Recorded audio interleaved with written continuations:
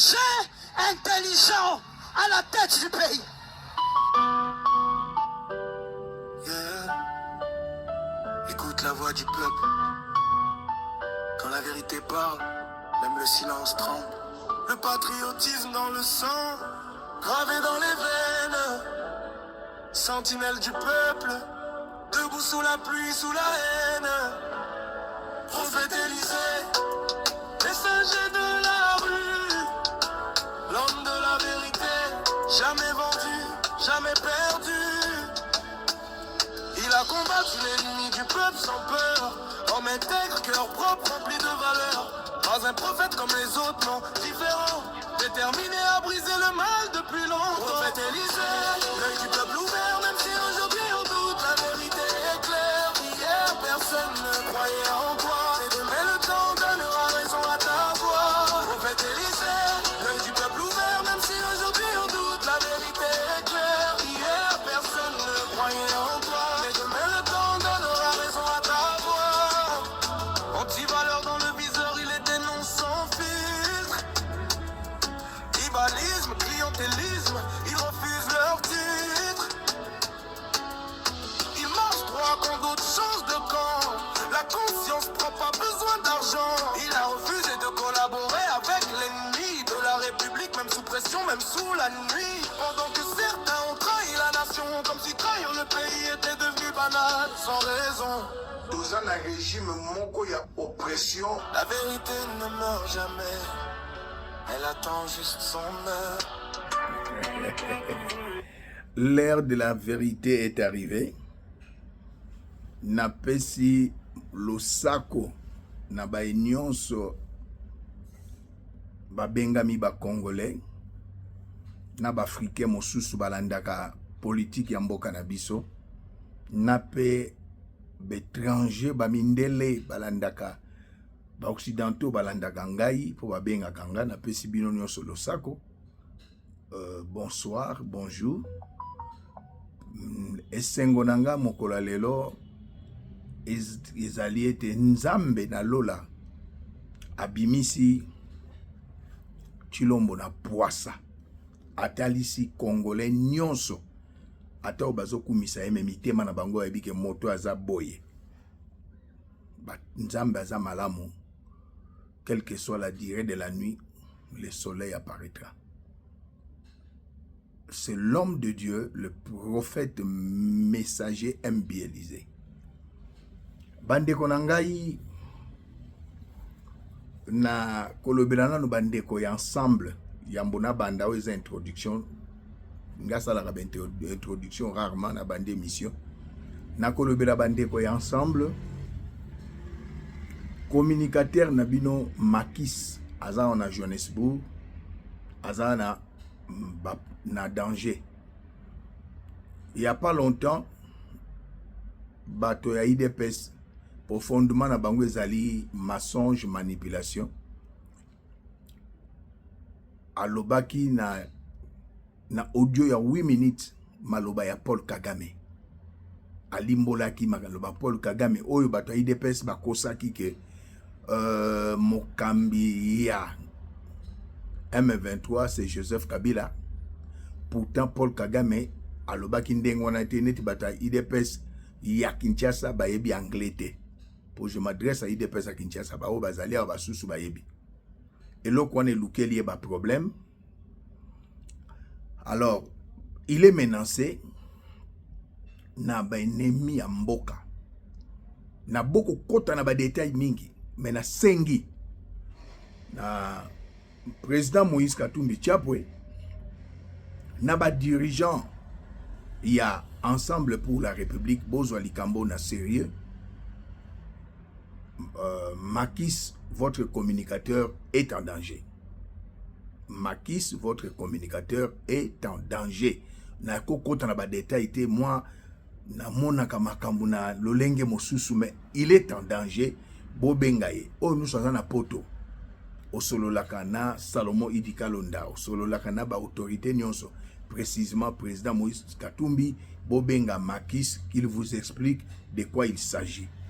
Pour bandoki ya Congo balinko benga batu bandoki balinko benga batu maboma Pourtant, leur leader souffre de la maladie mentale schizophrénie, maniaco-dépressive.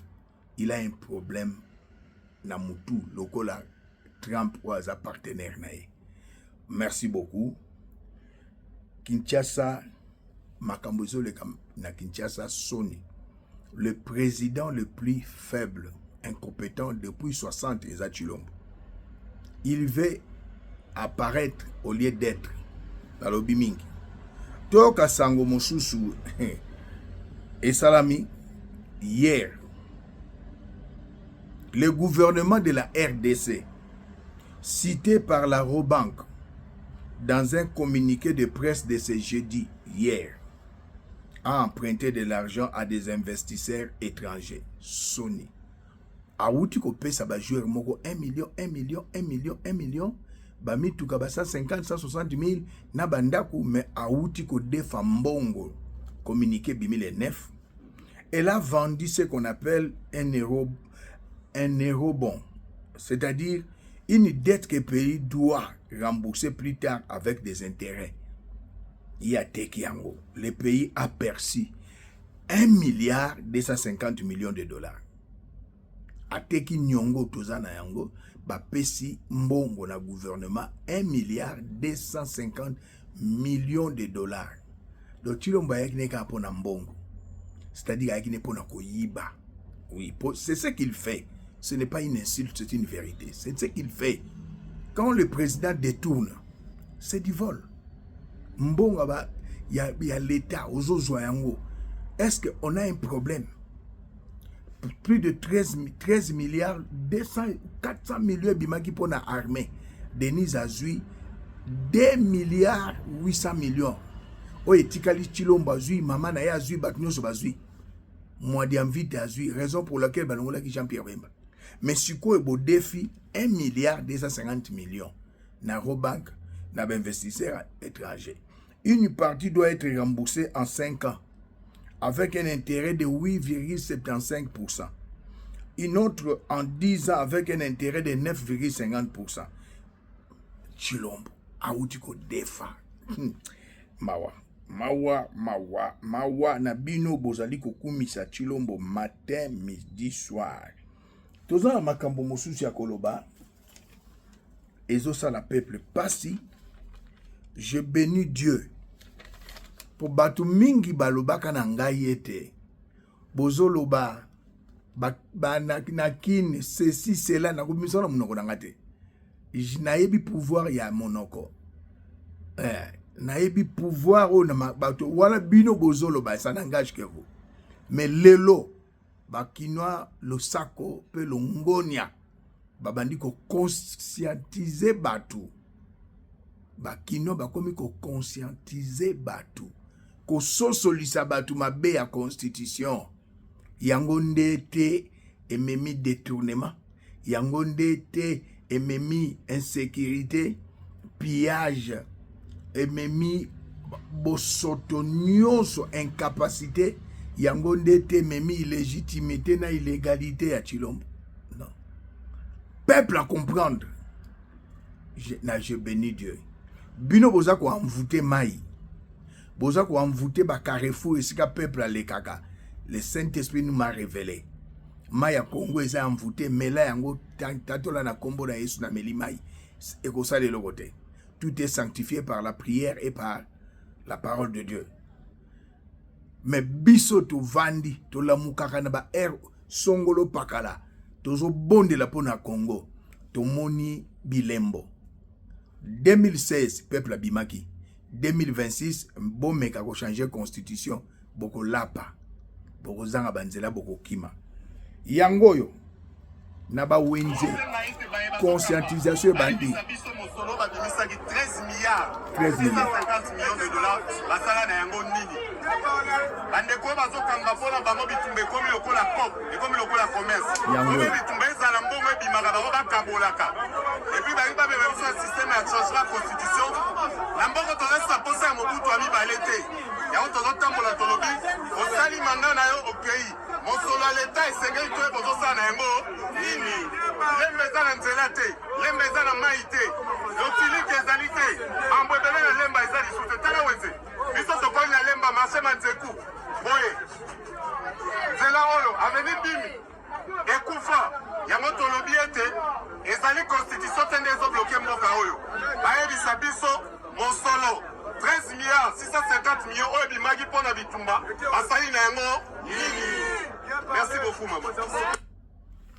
momoni mosala oyo prophète messager MB Élysée na bandeko mosusu na diaspora tozosala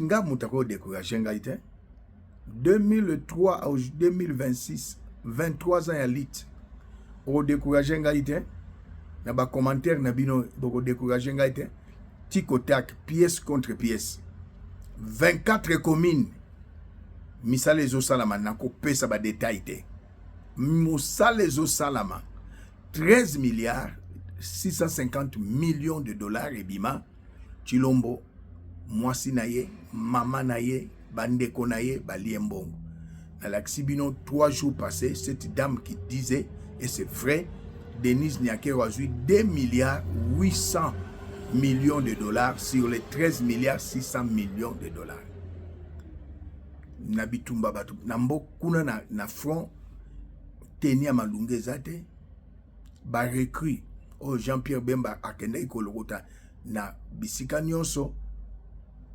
kolia ya malunga ezate yazo futa ba mercenaires ba wazalendo loka malunga ezate mais 13 milliards batie na poche mais je vous dis hier Chilombo akena Robank a défi mbongo pa ba étranger 1 milliard 250 millions Chilombo azui ba député na likamba koloba na binote na ba sénateur. Pour vous, vous êtes des fanatiques. Nous avons besoin d'une nouvelle classe politique pour bino boyak na bino koyiba.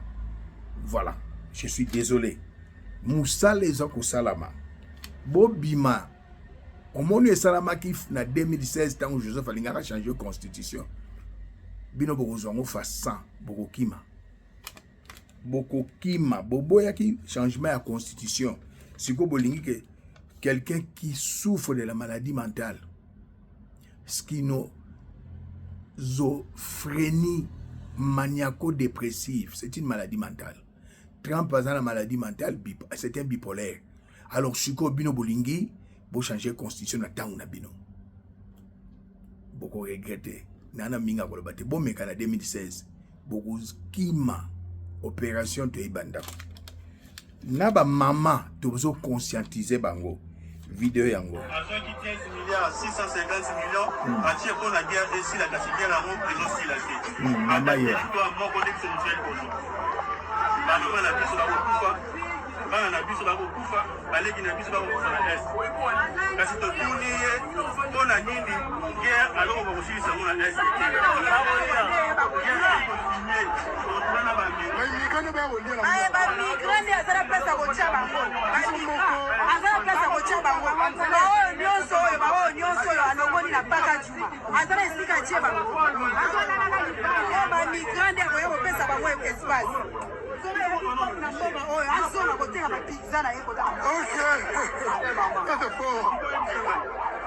Yango tolobi ete 2028 il faut agender. Aligner changer constitution pour aoumela na pouvoir le voilà Mobutu sala binga sa 32 ans. Yango to ebisiye il faut agender na 2028. Guerre na est asili sananu. Pour ba oyo bazana est bala ba ndeko na biso. Biso na bango na makila moko. Ngela bango place, ngela bango solution ke ba migrant ya yo pesa bango esika. Esika. Yeso ko apesi mbongo. Payma na mbongo de l'autre dans le nez parce qu'on va fonctionner. On fout unité.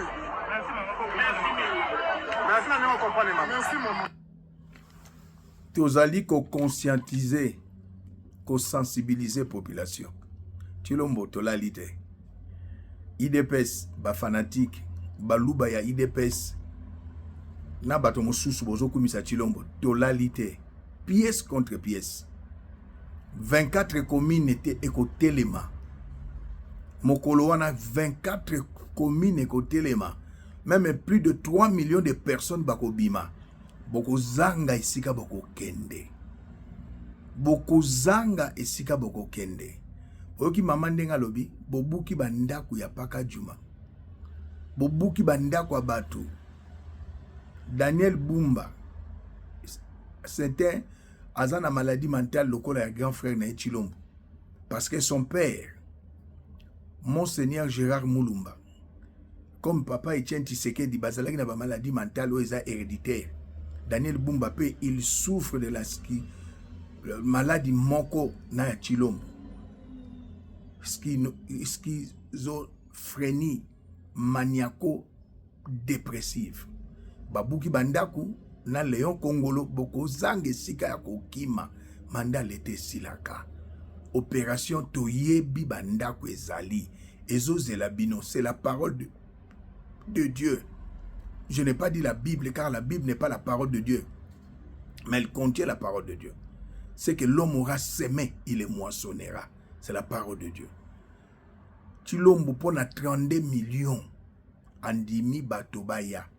Inalandi ndeko moko azamuluba, mais c'est un lâche. Alobi na bandeko na biso ba na poto na France. Bino boza ba migrant. Bozo boya ba migrant ba na Congo. Mais ba migrant ya poto ba social existe.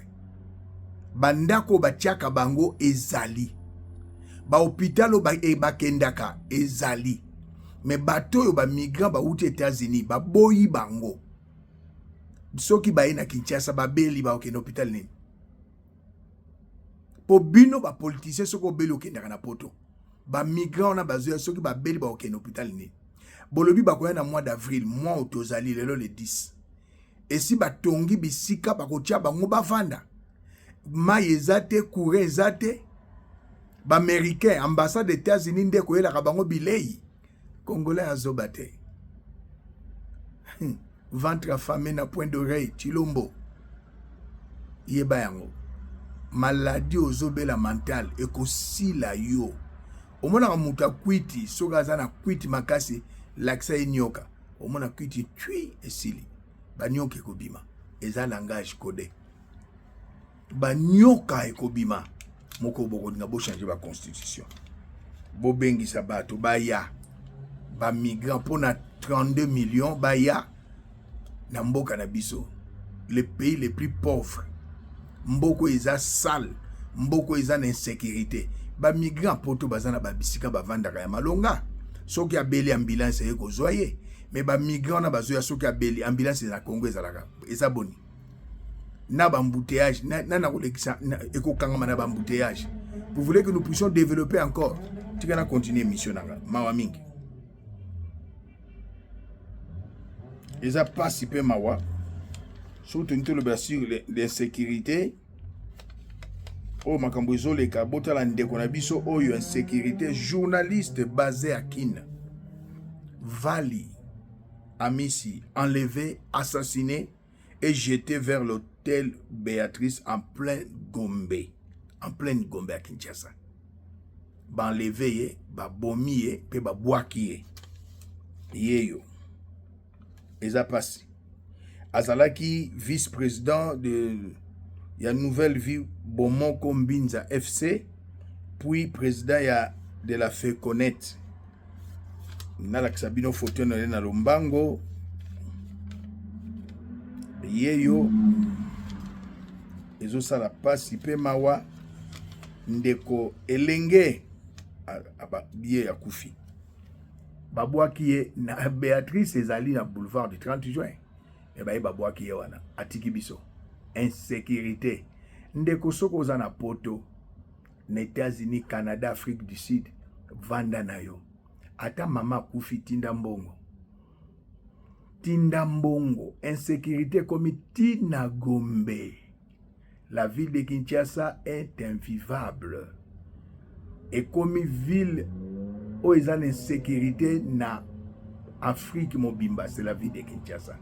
Pour Nanini, nous avons un président irresponsable, un président incompétent, ayaki ne pona peuple te, mayaki pona misolo. Je suis vraiment désolé, peuple congolais, natala kabato baza ko soutenir Chilombo, boza na problème na mutu lokola ye. Chilombo aza lokola Trump. Trump c'est un bipolaire.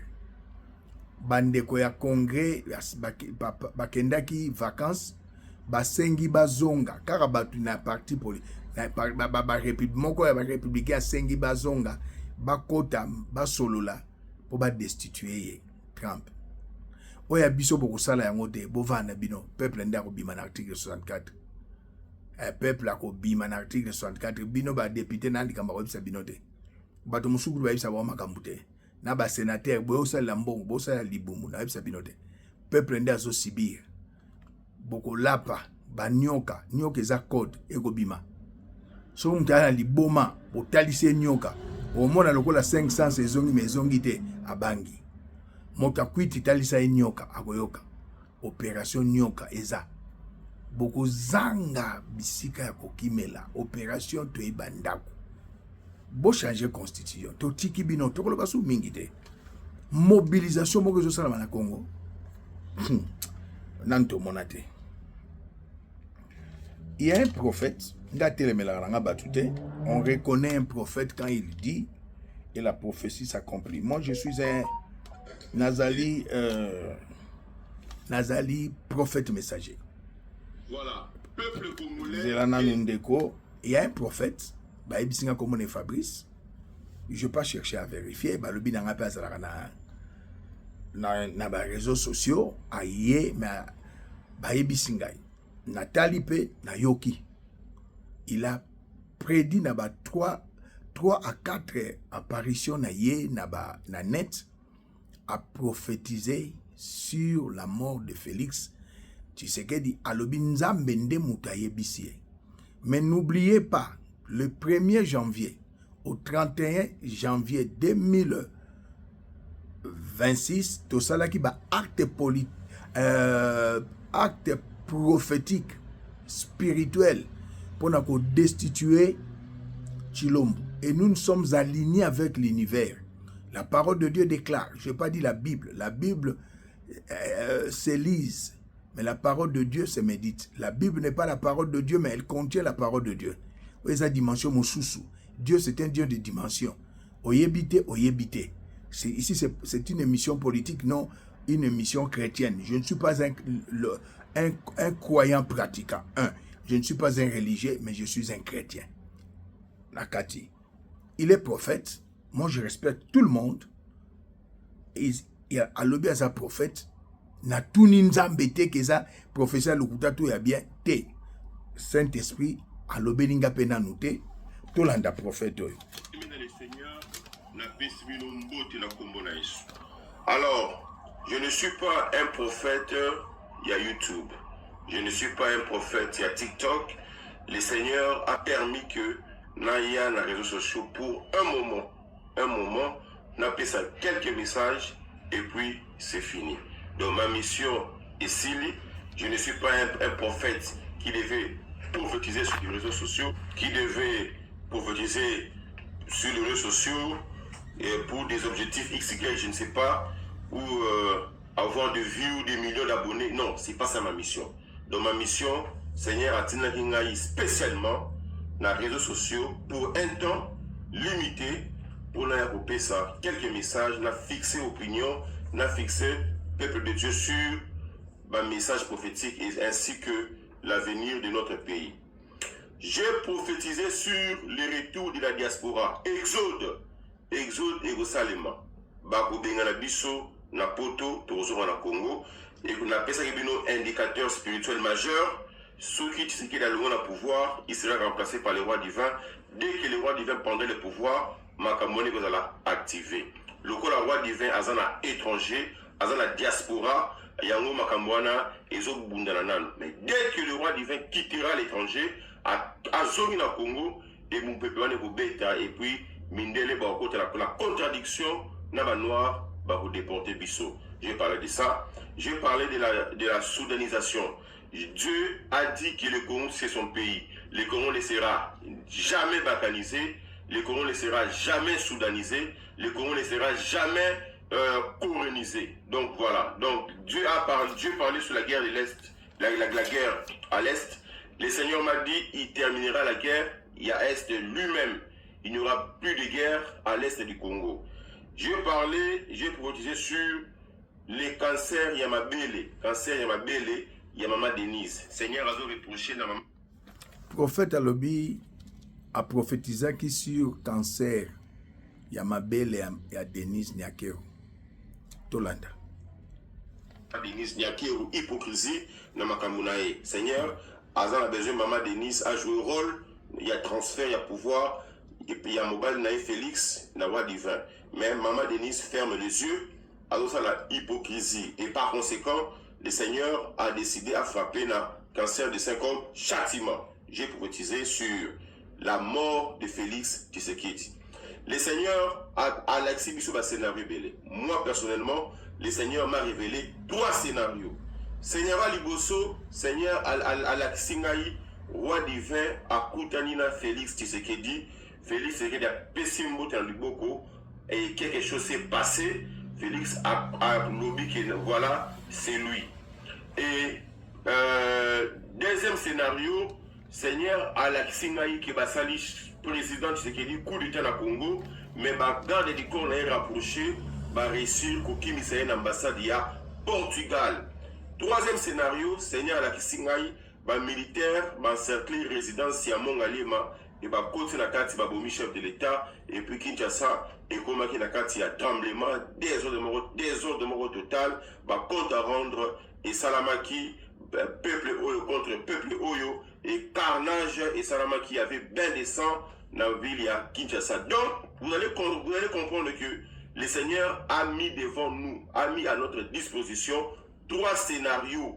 Scénario à Liboso, Félix a coûté une roi divin, a PC Mbote et tout s'est bien passé.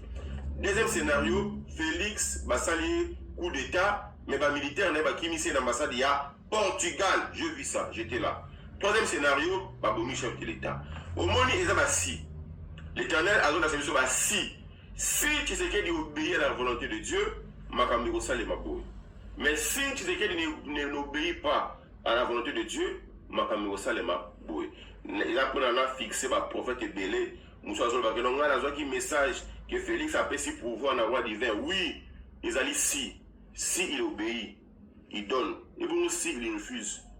Voilà. Si tu obéis à Dieu. Kabila, ce qui a payé pouvoir dans Tshisekedi, il n'y aura pas de poursuites, il y a CPI, il n'y aura pas confiscation, il y a bien, dans le niveau il y a États-Unis, dans le niveau il y a communauté internationale. Kabila a transféré le pouvoir à Tshisekedi, il n'y a pas eu de conséquences, il n'y a pas eu de CPI contre lui, il n'y a pas eu confiscation, il y a bien. Et c'est la vérité, parce que Kabila avait accepté de transférer le pouvoir à Félix. Mais si Kabila avait refusé de transférer le pouvoir à Félix, qu'est-ce qu'il y aurait eu? Il y aurait eu soulèvement populaire. Alors, la conséquence est là. Tribunal pénal international, CPI est s'activer. Et bien aillé. Donc, Seigneur a chaque en disposition plusieurs scénarios. Ils ont dépendant de Moutou, à sa libre arbitre. Seigneur a dit à Moutou, à sa choix. Si tu adhères à l'idée, à Oye, à l'accent comme schéma, tout va se passer bien. Mais si tu refuses, il y a obéir à Dieu, il y aura des conséquences. Je ne sais pas pourquoi certains prophètes, difficile à comprendre, je ne sais pas. Si Tshisekedi accepte de transférer le pouvoir au roi divin, il y aura la paix, tout va bien se passer. Dieu va finir la guerre à l'est du Congo. Le Congo est comme un royaume et tout est comme le Kanakimia. Mais il y a une deuxième option. Si Tshisekedi refuse maintenant de transférer le pouvoir au roi divin, et vous croyez qu'est-ce qui va se passer? Il y aura des conséquences. Il y aura des conséquences. Il y a pour refuser d'obéir à Dieu qui constitue un péché, une faute très grave. Et les salaires du péché, vous connaissez la suite. J'ai prophétisé sur le roi divin. Que le roi divin azali na diaspora, azali mukongote, azali mulubate, azali muswahilité. Moko oyo etikali eganga na kati na bino. Accomplissement, il y a prophétie. On reconnaît prophétie d'accomplissement nango. L'accomplissement ne veut pas dire non, j'avais dit la vérité ou la kosaki. Mais moi je n'ai jamais mis ma main à couper. Je l'ai dit souvent, la main ne pèse pas. J'ai mis ma tête à couper. Voilà. J'ai posé sur le royaume Congo. Le royaume Congo, Dieu m'a révélé un pays très riche. Namonimbo Kamoko, Ange Azunga, Lotam Sangalikolo, building, lumière, un pays donc très riche. Donc, tout le monde appelle dans la carte, il y a abondance, destin prophétique, il y a Congo. J'ai posé sur Kolei Nanga. Nanga n'a essayé de continuer la guerre. Je parlais avec Nanga au téléphone. Je parlais avec Nanga au téléphone. Je lui ai dit de continuer la guerre. Parce que ce début à Tika, il ne va pas arrêter. Mais lorsque le Seigneur lui dira à s'arrêter, il doit s'arrêter immédiatement.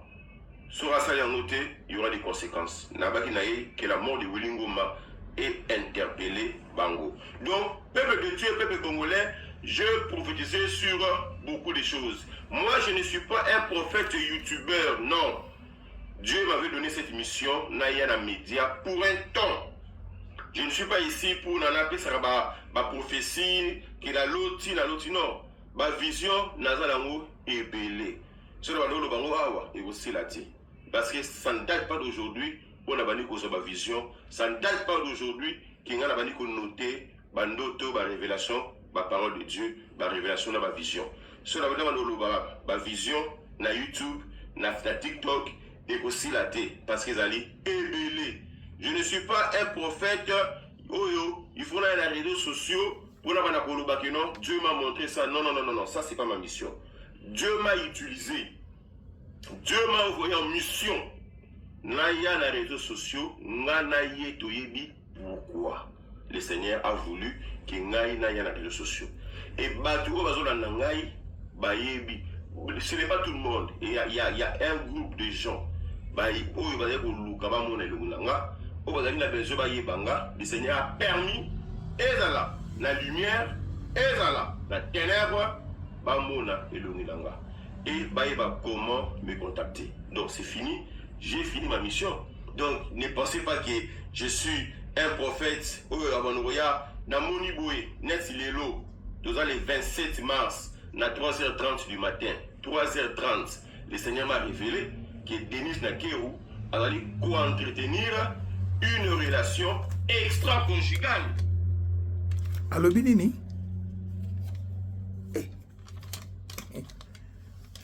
Alobi nini?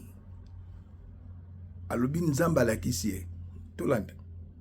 Maman Denise azana mobali ya jeune abimaranaye. Mobali wana na moni chef de l'État Félix Tshisekedi a lali na canapé azo ronflé.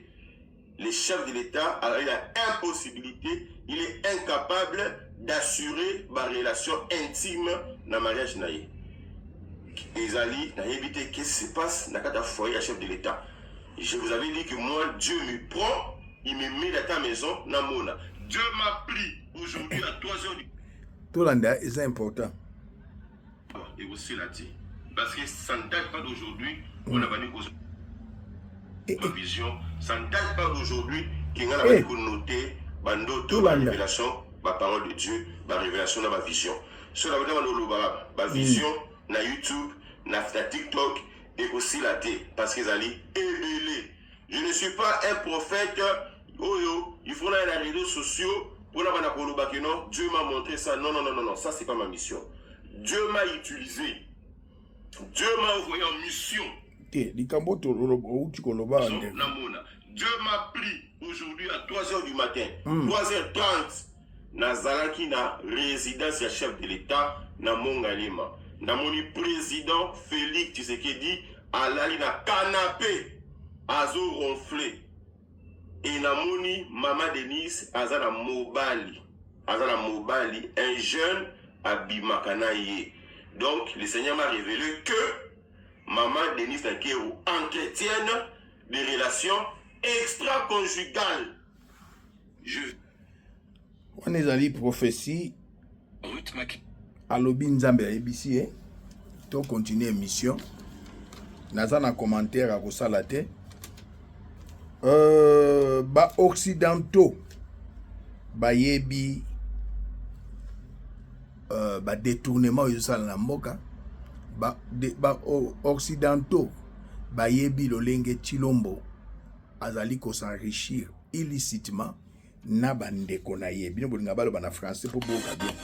Le Congo est un des régimes les plus corrompus du monde. Le PIB par habitant est dans les 10 plus bas du monde, alors que c'est un pays qui regorge de ressources minières. Tout le monde pourrait être au niveau d'une classe moyenne au Congo, tellement le pays est riche, mais cette richesse est totalement accaparée par le président Tshisekedi. Le président Tshisekedi a fortement favorisé son clan et son ethnie, qui sont d'abord les Kasaïens, et puis l'ethnie Luba. Et en fait, aujourd'hui, donc, il a en quelque sorte réhabilité une politique ethnique. Le Congo est un des régimes les plus corrompus du monde. Le PIB par habitant est dans les 10 plus bas du monde, alors que c'est un pays qui regorge de ressources minières. Tout le monde pourrait être au niveau d'une classe moyenne au Congo, tellement le pays est riche, mais cette richesse est totalement accaparée par le président Tshisekedi. Le président Tshisekedi a fortement favorisé son clan et son ethnie, qui sont d'abord les Kasaïens, et puis l'ethnie Luba. Et en fait, aujourd'hui, donc, il a en quelque sorte réhabilité une politique ethnique. Le Congo est un des régimes les... Bandeko nangai ba Congolais de partout, tout ce qui se passe au Congo, ba mindele ba ebiango na 4 coins du monde. Ce que bino baluba o bozali bozo bundela Chilombo. Parce que bato ba ebi na poto, ba mindele, ba américain, ba ebi ki boza ba riche, pourtant vous ne l'êtes pas. Au lieu botelema, bo bundisa Chilombo, to bengane na article 64. C'est ça et c'est pour bientôt. Nzambe akosakate. C'est pour bientôt, c'est pour bientôt. Tolandana nous réflexion en Dekomogo Azana Mayele. Tolanda. Lorsque nous acceptons de quitter Luanda pour Washington, nous avons commis une grosse bêtise. Une grosse bêtise. Une grosse bêtise. On a cru être un avantage. On a cru être un avantage. Pourquoi? Parce que c'est toujours un désavantage que d'avoir un médiateur hyper puissant. Ok. Parce que lorsque vous avez affaire à un médiateur hyper puissant, il vous impose son agenda. Au mépris même des véritables problèmes pour lesquels vous êtes en train de vous battre. Il vous impose son agenda, il vous impose sa thérapie, au mépris même du diagnostic. Parce qu'aujourd'hui, quand vous écoutez Donald Trump, qui dit par exemple, un bipolaire, lors de son dernier passage il à souffre l'Assemblée de la générale, maladie mentale appelée bipolaire. qu'il a fini la guerre. Guerre Pour lui, il physique. estime qu'il n'y a plus Il a de fini, guerre. hein? Il a fini la guerre. Maintenant, il faut se poser la question. De Quelle quelle guerre? guerre est-il en train de parler? Voilà. Lorsque vous écoutez Professeur. Massa de Boulos, vous vous rendez compte que nous ne naviguons pas dans la même rivière. Nous ne sommes pas en train de voir les mêmes réalités. Et c'est ça le danger, parce que garder la médiation au niveau africain, le Rwanda aurait beaucoup plus de pression qu'au niveau américain. Ah bon? Oui. Comment expliquer ça? Parce que aucun État africain veut d'un Rwanda fort et puissant. Ah, très bien. Parce que les États africains sont tous en train de se battre. Ils sont jaloux de l'hégémonie que le Rwanda est en train d'exercer au niveau de la région. Ça ne plaît pas à l'Angola. Ça ne plaît même pas. Attention. Au Burundi non plus. Le Kenya peut accepter que le Rwanda nous pille. Mais le Kenya ne veut pas d'un Rwanda super puissant au niveau de la région. Voyez-vous? La SADC, l'Afrique du Sud, veut d'un Congo faible, mais pas d'un Rwanda puissant. On aurait dû profiter de ces rivalités latentes entre les États africains Pour garder la médiation. pour garder la médiation en Afrique. Mais en allant vers les États-Unis d'Amérique, nous sommes allés vers les parrains du Rwanda, Landa Malamu. qui à la fois veut nos minéraux, mais ne veut pas de l'anéantissement du Rwanda. Voilà. Nasuki apona lelo tant to ebisaka bino boyo kaka. États-Unis baza ba pareil à Rwanda. Mais bande kwa IDPS. Ba vandi na mensonge na manipulation. Bazoloba oyo ba ebisaka bino. Lokuta na lokuta. Na l'équipe na mokola lelo Chilombo lobaki na biso na bilenge na esengo tozali qualifié tozu coupe du monde te tobeti demi-finale ni quart de finale ya coupe du monde te po ekotikala kosala mate na premier tour tokopola ba match nyonso j'ai maudit l'équipe. Le Seigneur m'a dit, la personne que je bénirai sera bénie, la personne que je maudirai sera maudite. Na maudit le léopard à pour la premier tour pour être à kende musika te pour mbonge bimali sous-souté na Chilombo. C'est ça la raison.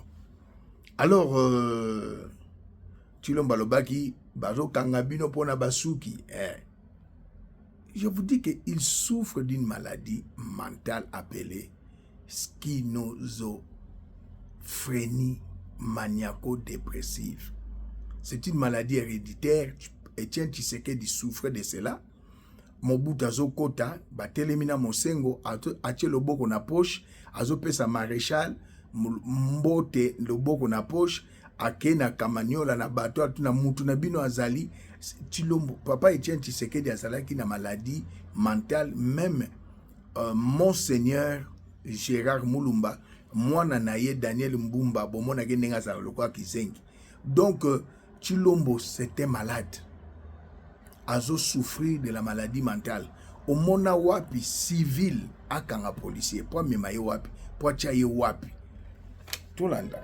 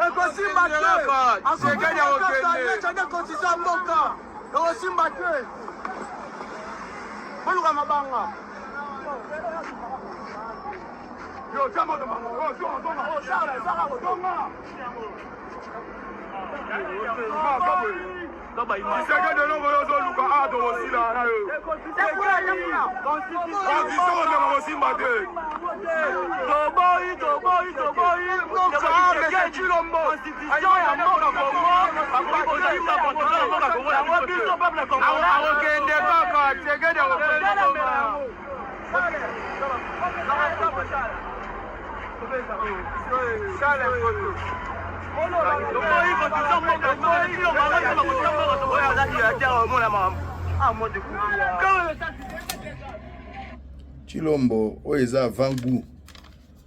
Eza avant-goût. Total na une sécurité du sous avant la vidéo na on a commis l'Angaliema insécurité. Chilombo incompétent. Ministre intérieur incompétent. Commandant de police provinciale de la ville de Kinshasa incompétent. Gouverneur de la ville de province de ville à Kinshasa incompétent. Bota la ville insécurité na commune Angaliema. On a commis l'Angaliema. Quand Kazo a changé de constitution, ba migrant baya.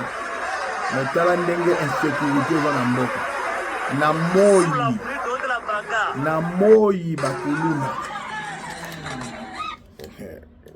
Chilombo oyo zoluka okozwa yango yo moko boyaki constitution Chilombo. Constitution na biso. Boyo ka Chilombo. Oyo ekomama. L'article 220. Tant azalaki une opposition. Le mandat présidentiel des abo mibale. Soko sali ya liboso, peuple alingio, apesi ya mibale ya buo, ya. Okoki kotala lisusu mandat ya misato te. Constitution wana ekoki ko changer te. Yango tokomaki esale, donc tokomaki yango esinyama. Boyoki, quand il était à l'opposition, Aboya qui va changer constitution, peuple abimaki na 2016, siège na bango ezalaki ya batumbaki yango, ba militant ba kufaki 2016. L'histoire se répète. Les mêmes causes produisent les mêmes effets. Chilombo tozano mayele. Tala insécurité. Bazo buka ndaku na ngaliema na lukunga. Tane ba buka ndaku. Insécurité à Kokosib Samote, Azoluka 3e mandat. Chilombo. Bota la bino moko. Te ba porte ya ebende. Insécurité na ville à Kinshasa. Chilombo. Tala. Vraiment. Régime illégal, illégitime. Insécurité na ville à Kinshasa. Azobuka ndako.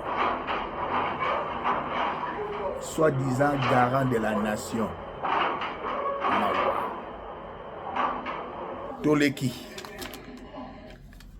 peuple congolais toza na pièce contre pièce awa tokomi na barumbu na moi nakomi na barumbu insécurité force du progrès baluba bauti mbujimai bazoyiba na moi na barumbu ka bango wana kaka babeti masasi bango wana moto oyo olingi bapesa 3e mandat yeyo toza na bino pièce contre pièce peuple atelemi tosala mosala ya punda te mosala yango oyo kolakisa bandeko na poto na ville ya Kinshasa oyo bayebi te moto aza na droit ya 3e mandat te yango pièce contre pièce na ville ya Kinshasa na Barumbu na tanga Mobutu ezalaki te ni na Laurent Désiré Kabila ni na Joseph Kabila na moi avec arme AK arme ya guerre bango wana bataille de pes force du progrès akoti na moto ya kopesa 3e mandat yo azokoka kosilisa insécurité te pièce contre pièce tosalaka nzambe ayebi mosala tozosala peuple congolais bandeko na biso baluba basangani na nini na Lubumbashi n'attend un message que les services de sécurité prennent au sérieux cette situation avant qu'elle ne dégénère. Ils s'en ont pris au bâtiment tout simplement parce que les Luba de Lubumbashi s'étaient réunis dans un hôtel de la place pour planifier et fêter le changement de la constitution. Alors, c'est lui qui avait mobilisé les Baluba 4, les Baluba de Katanga, pour cette sale besogne, la destruction de ces grands bâtiments construits par le gouverneur Jacques Kabula pour les réunions de l'Assemblée provinciale. Voilà ce qui s'est passé à Lubumbashi. Babou qui a assemblée provinciale, il y a Lubumbashi. Pour Baluba Basangana qui na Lubumbashi pour le changement de la constitution, Assemblée provinciale Batongaki, Babou qui yango. Ce n'est que le début du commencement. Tozana minga kolobate bosala kako bozomona bokoyem bokolela alobaki bakanga bapolisier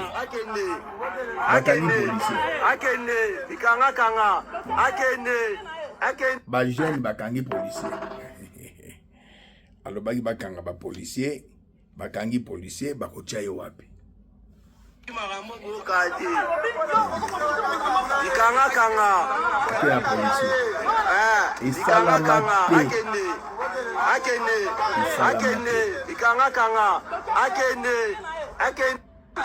Donc c'est pour vous dire que nous avons à la tête du pays un président qui souffre de la maladie mentale. Abenga Mobutu azana liboma na la vidéo hier. Abengi Joseph Kabila azana liboma. Pourtant, yemoko azana maladie ya mutu, schizophrénie maniaco-dépressive. Na longubi malamu chilombo souffre de la maladie mentale, schizophrénie maniaco-dépressive. Yango bomoni ba promesse makambalo baka achaka na misalate po mutu na ye ebeba.